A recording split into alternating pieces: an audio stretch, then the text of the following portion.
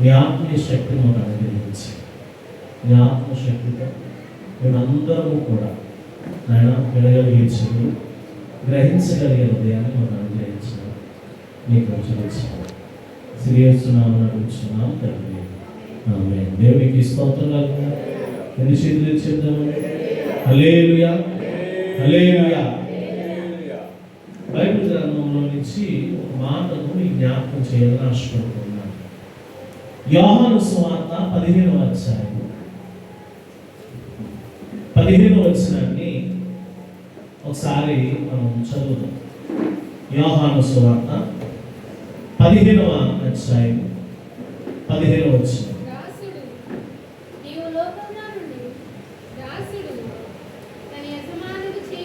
దాసుడు తన యజమానుడు చేయుదాన్ని ఎరుగడు గనుక ఇక మిమ్మును దాసులని పిలవక స్నేహితులు అని పిలుచుచున్నాను. ఎందుకనగా నేను నా తండ్రి వలన వినిన సంగతుల అన్నిటినీ నీకు తెలియజేసి దేవునికి స్తోత్రం కలుగునా. ఈరోజు ప్రపంచం అంతా కూడా లేదా మన భారతదేశము ఒక రోజుని జరుపుకుంటూ ఉంది. దాన్ని ఫ్రెండ్షిప్ డే అంటారు, స్నేహితుల రోజు. ఏదే ప్రతి ఒక్కరి జీవితాల్లో కూడా స్నేహితులు అంటారు. అవునా కదా? ఉంటారు మాట్లాడలేదు ఫ్రెండ్స్ లేదని బాబు అని చూస్తాను. దేవునికి స్తోత్రం కదండి. ప్రతి ఒక్కరి జీవితంలో కూడా ఫ్రెండ్స్ ఉంటారు. ప్రభు ఇక్కడ ఒక మాట చెప్తున్నారు. ఈ మాట చాలా ఉన్నతమైనటువంటి మాటగా, యోగ్యకరమైనటువంటి మాటగా కనిపిస్తుంది.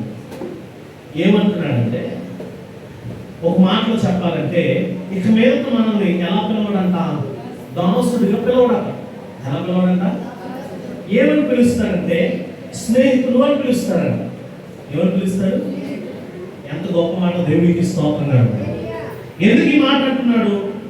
యోహాను రాసిన సువార్త 15వ అధ్యాయం నుంచి మొదటి నుంచి చూసుకుంటే, ద్రాక్షావల్లిని నేను, తీగలు మీరు నాలో అంటుకట్టబడండి, నాలో అంటుకట్టబడిన ప్రతి తీగ ఫలిస్తుంది, నాలో ఉన్నటువంటి తీగ అభివృద్ధి చెందుతుంది అని ప్రభు చెప్పుకుంటూ వస్తూ ఉన్నాడు. కానీ నాలో అంటుకట్టకపోతే నువ్వు వెళ్ళిపోతావు, నేను కాల్చివేస్తాను, నువ్వు నశించిపోతావు.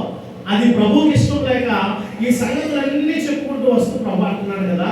ఎందుకంటే నేను తండ్రి దగ్గర ఉన్నాను, నేను తండ్రితో ఏకీపిస్తూ ఉన్నాను, తండ్రితో సహవాసం కలిగి ఉన్నాను, మీరు ఇప్పుడు నాతో కూడా సహవాసం కలిగి ఉండాలి అన్న ఆలోచన యేసు ప్రభు చెప్తూ ఆయన ఒక మాట అంటున్నాడు. ఏమంటున్నాడంటే, నేను మిమ్మల్ని దాసులుగా ఉంచుకోవడానికి ఇష్టపడట్లేదు, దాసులుగా పిలవడానికి ఇష్టపడట్లేదు, పనివారిగా పిలవడానికి ఇష్టపడట్లేదు. ప్రభు ఏమంటున్నాడంటే, నేను మిమ్మల్ని స్నేహితులుగా పిలవాలి అనుకుంటున్నాను, నేను మిమ్మల్ని నా చెత్తవారిగా పిలవాలి అనుకుంటున్నాను, నాకు స్నేహితులుగా ఉండాలనుకుంటున్నాను, నాకు ప్రియమైనటువంటి వారిగా ఉండాలనుకుంటున్నాను అని చెప్పి ప్రభు ఇక్కడ మాట సెలవిస్తూ ఉన్నాడు. చాలా జాగ్రత్తగా గమనించాలి. ఇక్కడ ఒక మాట అంటున్నాడు. ఏమంటున్నాడంటే, దాసుడికి యజమాని ప్రతిదీ చెప్పడం.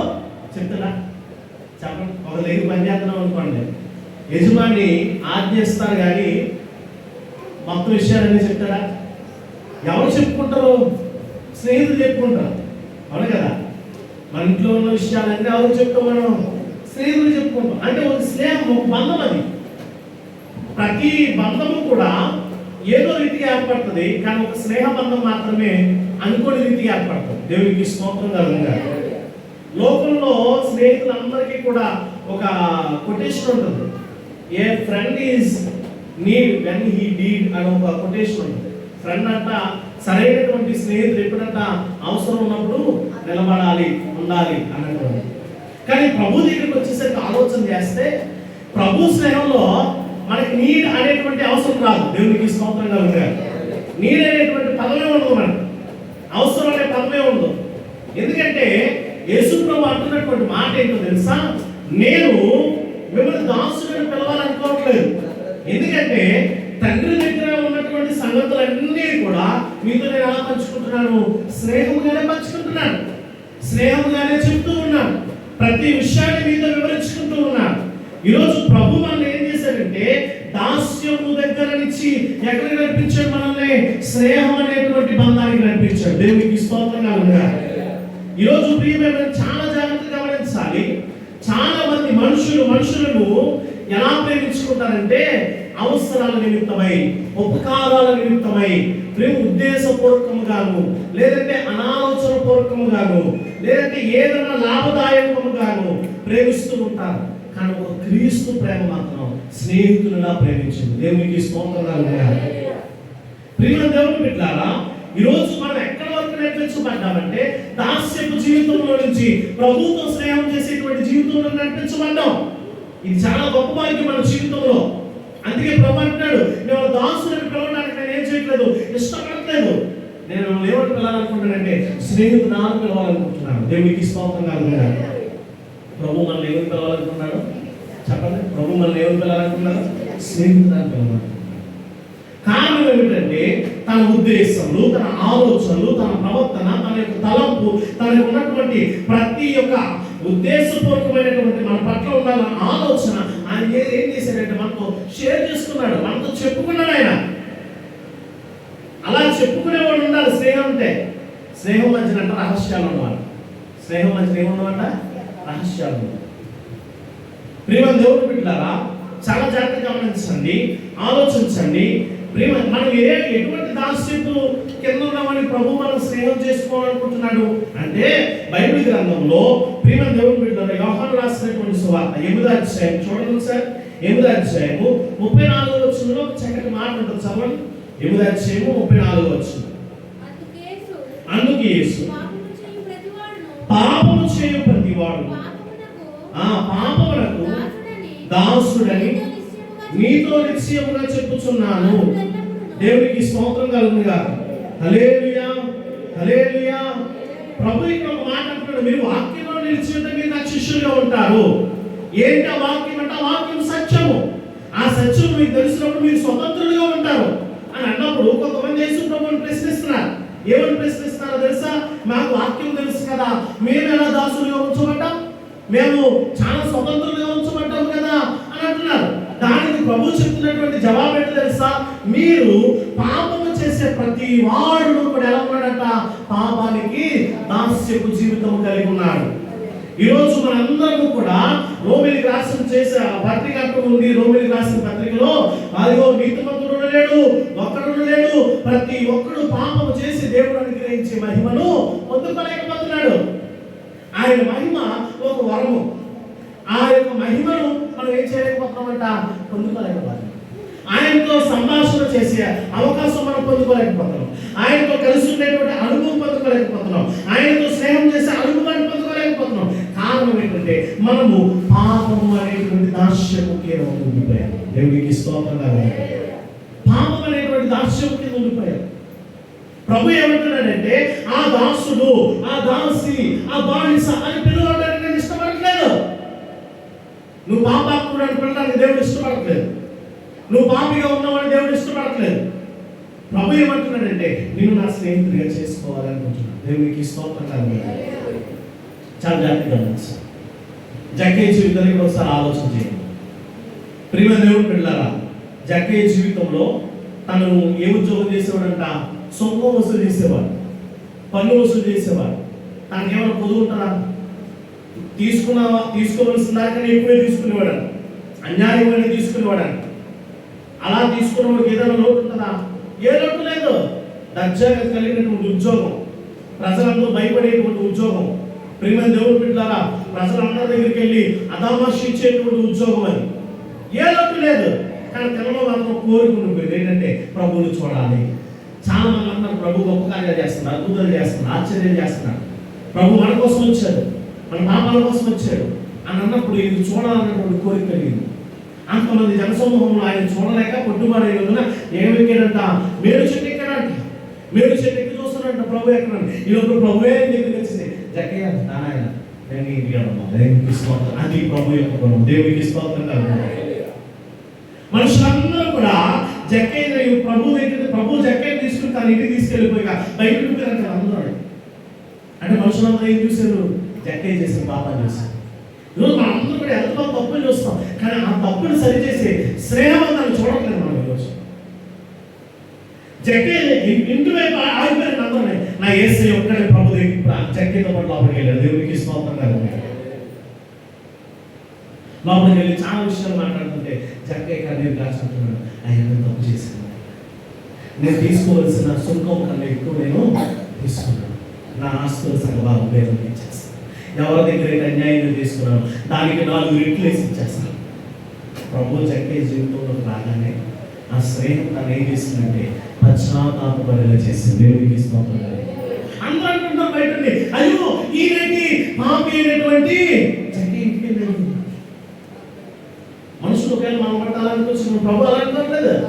ప్రభు ఏమంటున్నాడంటే మీరు మార్చబడాలి, దేవునికి స్తోత్రం, వీడు సరి చేయబడాలి, ఆత్మీయ స్థితిలో ఉండాలి, మంచి అనుభవం ఉండాలి అని చెప్పి అతను పాట అంటాడు తెలుసా, మొదలు చేసి ఈ రోజు నుంచి ఇతను కూడా అబ్రహాము కుమారుడే. చెప్పగలుగుతూ ప్రభు నామమున అంటారు.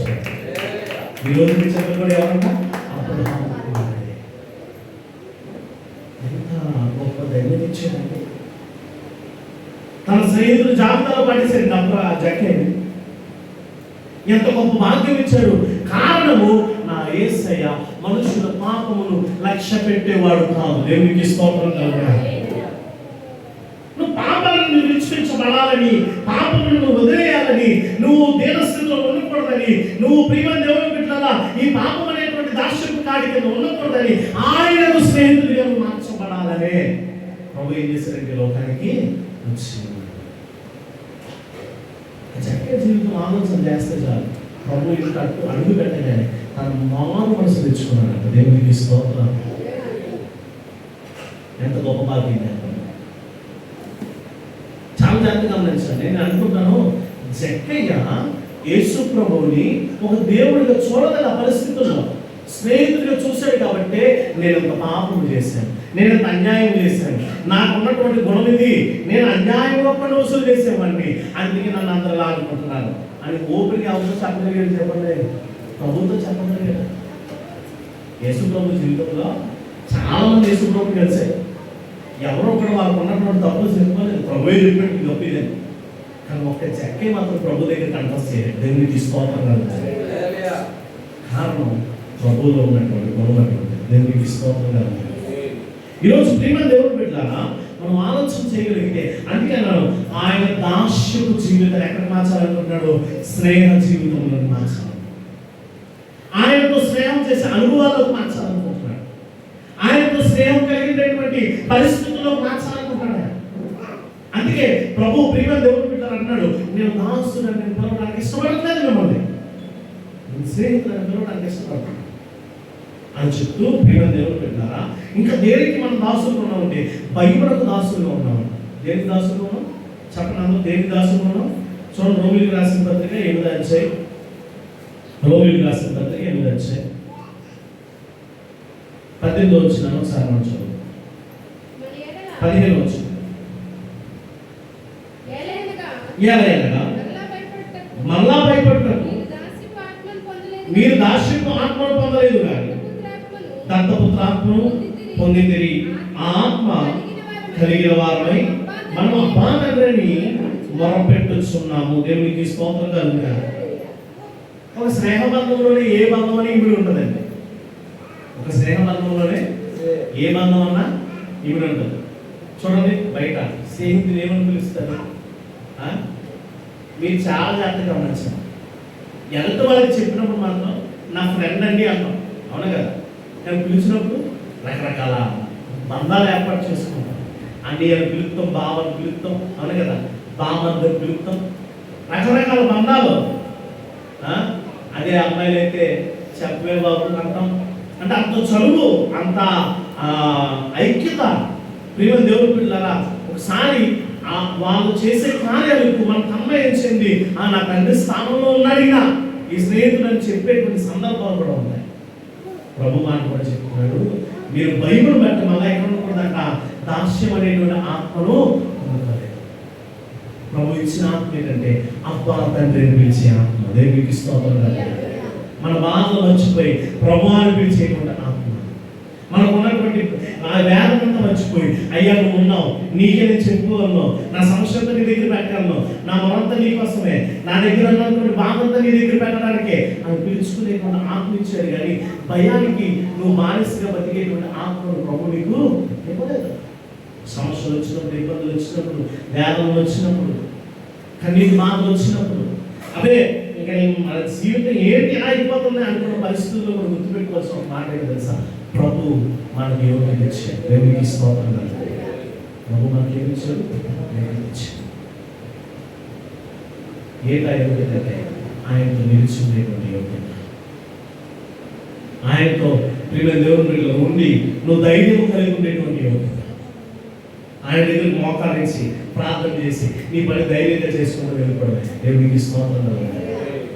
ఇది దేనికి అంట మన దాసులుగా ఉన్నామంటే మనుషుల అభిమానం కోసం మనం ఎలా ఉంటామన్నా దాసులు.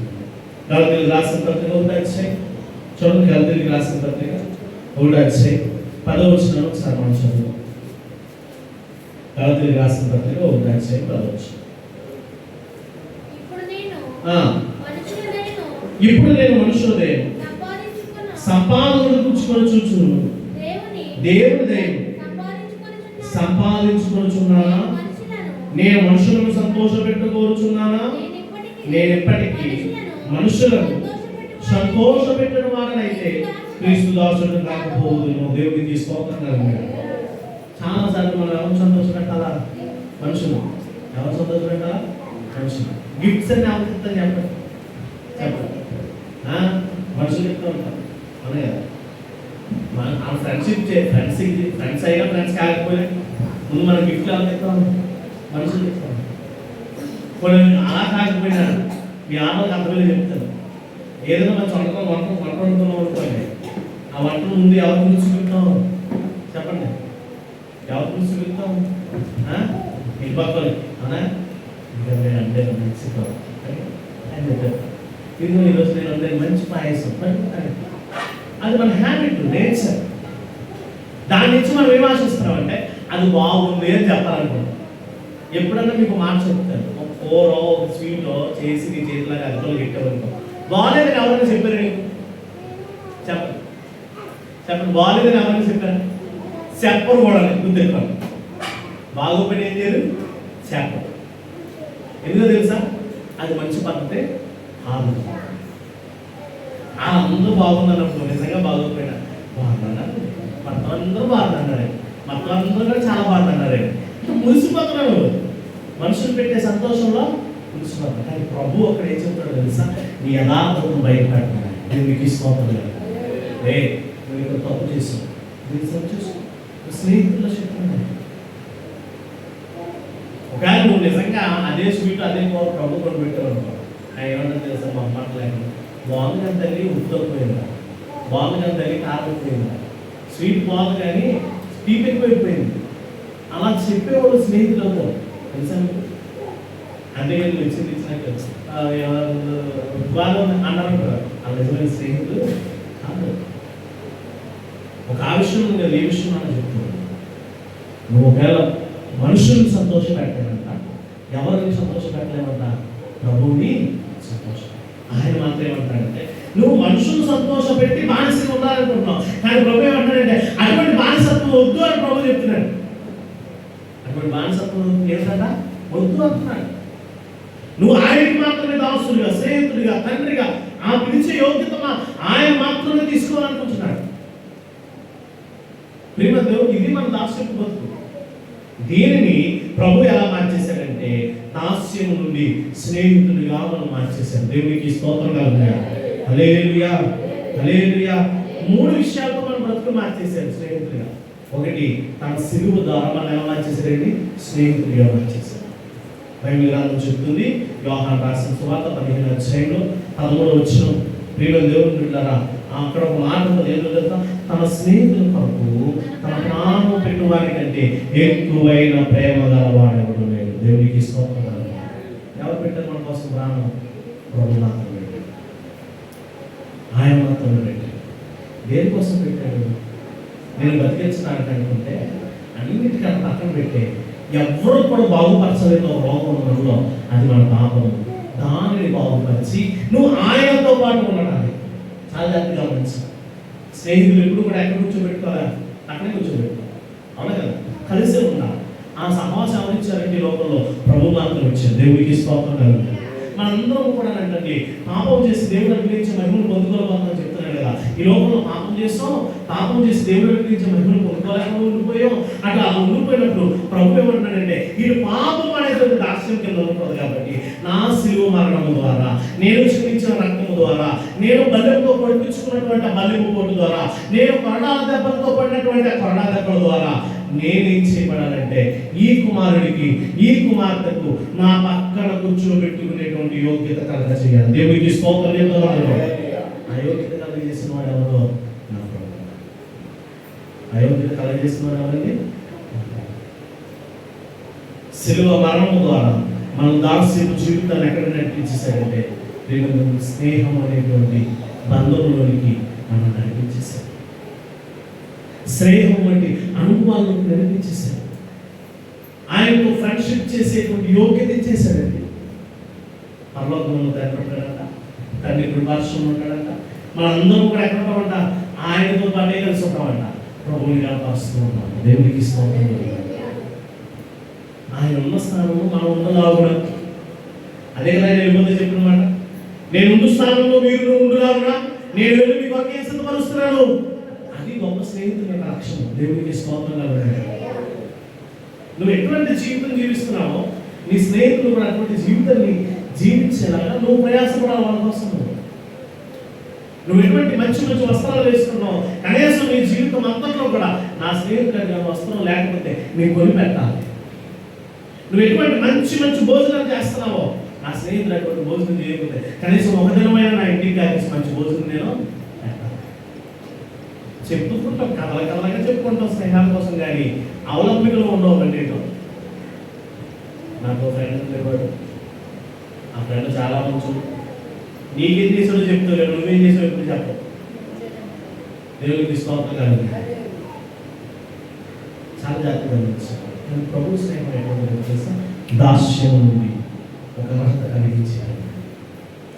యజమానుడికి స్నేహానికి ఉన్న తేడా చెప్తూ ఉన్నాడు. యజమానుడు తన కింద ఉన్నటువంటి దాసుడికి ఏది కూడా చెప్పడా, కానీ ప్రభు అన్నీ చెప్పాడు. అన్నమాట, ఇది నేను మీకోసం ప్రాణం పెడతాను, మీరు పరిశుద్ధంగా ఉండండి, పవిత్రంగా ఉండండి, ఆనందంగా ఉండండి, సంతోషంగా ఉండండి, శ్రమ వచ్చినా నేను మీకు సలహాలు ఇస్తాను, బలపరుస్తాను, నన్ను అడగండి మీకు ఏం కావాలో చెప్పండి అని చెప్పి తన సమస్తం కూడా తన యొక్క ఉద్దేశం, తన తలంపు, తన ఆలోచన, తండ్రి చిత్తాన్ని నెరవేర్చడానికి ఈ లోకానికి వచ్చాడు. అందుకే నేను చనిపోయాను, మీకోసం చనిపోయాను, మీ బ్రతుకుల కోసం చనిపోయాను, మీ పాపాల కోసం చనిపోయాను, మీ పిల్లల కోసం చనిపోయాను, ఇదిగో మీ కుటుంబాల కోసం చనిపోయాను, నువ్వు నాతో మంచి స్నేహం చేయాలనే చనిపోయాను.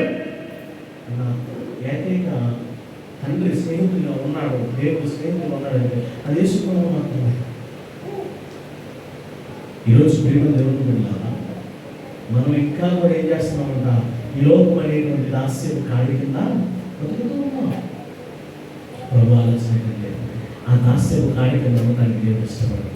నువ్వు స్వతంత్రంగా నీకంటూ ఒక ఇండివిజువల్, నీకంటూ ఒక ప్రత్యేకత ఉండాలి. ఒక ఆయన మంచి మాట్లాడుతూ అంటాడు, ఏమంటాడు తెలుసా? ఇదిగో మాటలా ఉంటుంది, ఏమంటుందంటే ప్రేమ దేవుడు బిడ్డలారా, ప్రత్యేకమైన వాడను ఈ భూమిలో, ప్రత్యేకమైన వాడను, ప్రత్యేకమైన వాడను యేసయ్యకు ప్రత్యేకమైన. ఎందుకంట దేవుడు దాసుడా అని పిలవడట, స్నేహితుడా అని పిలచుడట. ఎవరు పిలుస్తాడట? దాసుడా అని పిలవడట. ఎవరు పిలుస్తాడట? స్నేహితుడా అని పిలచుడట. స్నేహితుడా అని పిలచు, ప్రత్యేకమైన వాడను ఈ భూమిలో ప్రత్యేక. ఆయన ప్రత్యేకత ఏంటో తెలుసా? దాసులను పిలవడానికి, దాసులను పిలవడానికి ఆయనని ఏర్పాటు చేసుకోవాలి. దాసులను పిలవడానికి ఆయన నిన్ను ఎన్నుకోలేదు, ఆయన నిన్ను ఎన్నుకున్నది, నిన్ను ప్రత్యేకపరిచింది, నిన్ను ప్రియ దేవుడి బిడ్డలు ఎన్నుకున్నది దేనికంటే స్నేహితుడా అని పిలవాలనుకున్నాడు. దేవుడికి స్తోత్రం. అబ్రహాము ప్రియ ఏమన్నాడు? అబ్రహాం చూసి నా ప్రియ స్నేహితుడు అన్నాడు. దేవుడికి స్తోత్రం కలుగుతున్నాడు. ప్రియ దావీదు చూసి ఏమన్నాడు? నా హృదయానుసారుడు. యజమానుడికి స్నేహితుడికి ఉన్న మధ్య ఒక వ్యత్యాసం చెప్తాను, చాలా జాగ్రత్తగా మంచి. యజమానుడి దగ్గర భయంతో మాట్లాడటం, అవునా కదా? స్నేహితుడి దగ్గర ప్రేమతో మాట్లాడటం. యజమానుడి దగ్గర ఏం చేస్తాను చెప్పండి? భయంతో మాట్లాడటం. ఆయన ఒకటి చేస్తాడు, మాట్లాడకపోతే ఏం చేస్తాడు? జీతం. కానీ స్నేహితుడి దగ్గర అలా ఉండదా? మాట్లాడకపోయినా చెప్పు చేస్తారు. ఎంత చదువు ఉంటుంది స్నేహితుల మధ్య. వీళ్ళ దేవుడు బిడ్డలారా, ఈ లోకంలో ఒక మాట చెప్తాను, మీకు ఎవరైనా స్నేహము అన్నారంటే ఎన్ని అపకీర్తులు వారు మీకు తలపెట్టినా నీవు మాత్రం స్నేహభావంతో వాళ్ళు ఏం చేయలేవు, చూడగలరు. అటువంటి ఉద్దేశం మాత్రం మీకు ఉండాలి. శ్రీమద్ దేవుడు పిల్లలు చాలా జాగ్రత్తగా ఆలోచన చేయండి. భక్తి విషయంలో కూడా నువ్వు ఆయన దాసుడు అనుకున్నావు అనుకో, బలవంతంగా చేస్తావు ప్రార్థన. కానీ స్నేహితులు అనుకుంటే ఆయనతో సంభాషణ, ఆయన దగ్గర సంభాషణ. అలాగే సంభాషణ చేయడం ప్రాముఖ్యమా లేదా భయపడుతూ మాట్లాడడం ప్రాముఖ్యమా? చెప్పండి ఒకసారి చెప్పండి. సంభాషణ చేయడం ప్రాముఖ్యమా, భయంతో మాట్లాడడం ప్రాముఖ్యమా? మనం ప్రభు దగ్గరికి వెళ్ళి సంభాషణ నా పరిస్థితి నేను ఎలా ఉన్నాను అని చెప్పుకోగలిగింది. ఎవరితో చెప్పుకుంటాం? కొన్ని మంది ఉంటాం మన జీవితాల్లో. నా జీవితంలో కొంతమందికి నేను చెప్పుకోలేను, కొంతమందికి మనసు చెప్పుకోవాలి. అందుకే సామెతల్లో ఒక మాట ఏమంటారు తెలుసా? ఇదిగో హత్తుకునేటువంటి సహోదరులు ఉండడం కన్నా మంచి స్నేహితులు మీరు దేవునికి స్తోత్రం. హత్తుకు నిదానం చూసి అన్నదమ్ముల కన్నా అవసరంలో నిలబడేటువంటి ఒక్క స్నేహితుడు దేవుడు పిల్లల ఇంకా గొప్ప ఆలోచన చేస్తాయి. మనం ఆ ప్రభు వాక్యాన్ని చదివినప్పుడు కానీ దాసులు అనుకుంటే ఆ మాట వినాలి, చదవాలన్న భావంతో చదువుతాం. కానీ స్నేహితులు అనుకుంటే ఏం మాట్లాడతాను ఈరోజు స్నేహితులు, ఏం మాట పోతున్నాడు స్నేహితులు. అప్పుడు ఈ బైబిల్ గ్రంథం అంటానంట ఎలా కనిపిస్తుందంటే ఒక ప్రేమ పుస్తకంలాగే కనిపిస్తుంది. దేవుడికి స్తోత్రం. దేవుడు పిల్లల ఈరోజు స్నేహం అనేటువంటి పదానికి చాలా విభిన్నమైనటువంటి మాటలు చర్చించబడ్డాయి. దానివలన స్నేహం అనేటువంటి మాటకి ఏం పోయింది, విలువ పోయింది. స్నేహం అనే మాటకి ఏం పోయింది, విలువ. ఊహిస్తూ ఉన్నాం చాలా జాగ్రత్తగా చాలా జాగ్రత్తగా ఆలోచించాం. మీ స్నేహం అవుతుంది ఈరోజు. ఈ లోకంలో స్నేహం వద్దని నాకు మీకు మంచి మంచి స్నేహితులు బైబిల్ గ్రంథంలో ఇద్దరు చూపించి నేను ముగించేస్తాను. చాలా జాగ్రత్తగా ఆలోచించాను. దావీదు యోనాతాను స్నేహం. దావీదుని తన నాన్నగారు అయినటువంటి సౌలు అంటే యోనాతాను యొక్క తండ్రి దావీదుని చంపేస్తాడని తెలిసి కూడా రిలేషన్తో కాపాడలా దావీదుని. స్నేహము బంధంతో ఏం చేశాడు, దావీదుని కాపాడు. దేవునికి స్తోత్రం. ఎంత గొప్ప బాధ్యత. ఏ బంధంతో కాపాడాడు, స్నేహ బంధంతో కాపాడు. దేవుడు పిల్లలారా చాలా జాగ్రత్తగా ఉంచాడు. షడ్రక్, మేషక్, అబేద్నెగోలు ముగ్గురు కూడా ప్రభువుని ఆరాధించడంలో అదే స్నేహబంధాన్ని నిలుపుకుని అగ్నిగుండంలో పడవేయబడిన అదే ప్రభువు కలిసాడు. దేవునికి స్తోత్రం. లోకంలో ఉన్నటువంటి స్నేహంలో చాలా ప్రభువునికి ఇచ్చిన వరములు. స్నేహబంధాన్ని నిలబెట్టుకోలే కానీ చదవకూడదు.